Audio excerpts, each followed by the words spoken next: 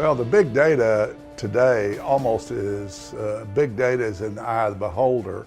Still a lot of disagreement about what big data is.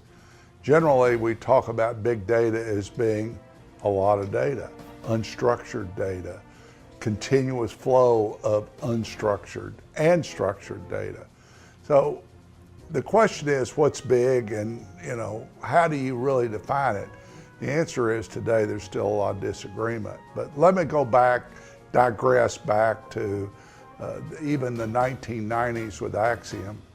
We had our bank customers particularly the bank customers, who wanted to do a good job of finding the best prospects for their credit cards, but they also wanted these prospects to be able to pay their bill and want to pay their bill. So they needed a lot of data to make those decisions about credit worthiness, and in addition to that, obviously, were they going to be receptive to a credit card offer? All these were primarily direct mail offers.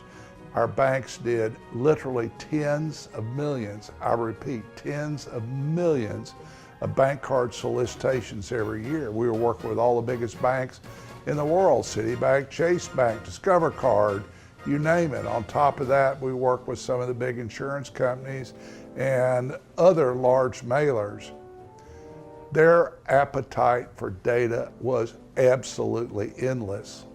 Just for example, the big banks would like to have 5 years of credit history by month.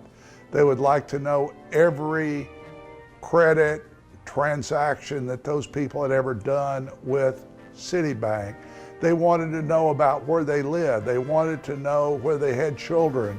They wanted to build a large marketing database that not only defined who they were today, but who they had been in the past, obviously what their credit history had been, and how active they were economically.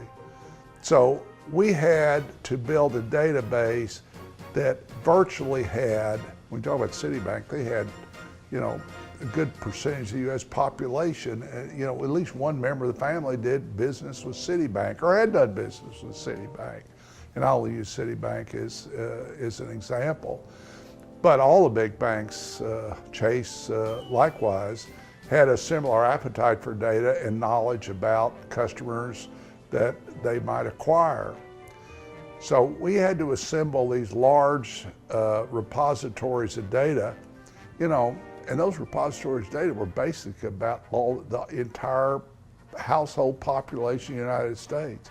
They virtually were interested in having this kind of data on every household in the United States. And I call that big data, but the real essence of the problem was that data had to be correct. They were making very large credit decisions about these people. And the ability that Acxiom had that set us apart from all our customers was we could correctly assemble all that data and then give our customers access to data.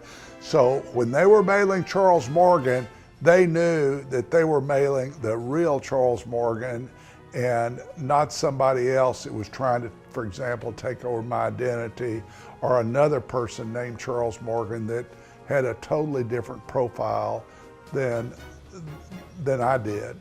So our goal was to build these very large repositories of data, give analytic access to all the banks so they could do their analytic magic and figure out who they wanted to mail and provide these offers to, and who they could be assured would pay them.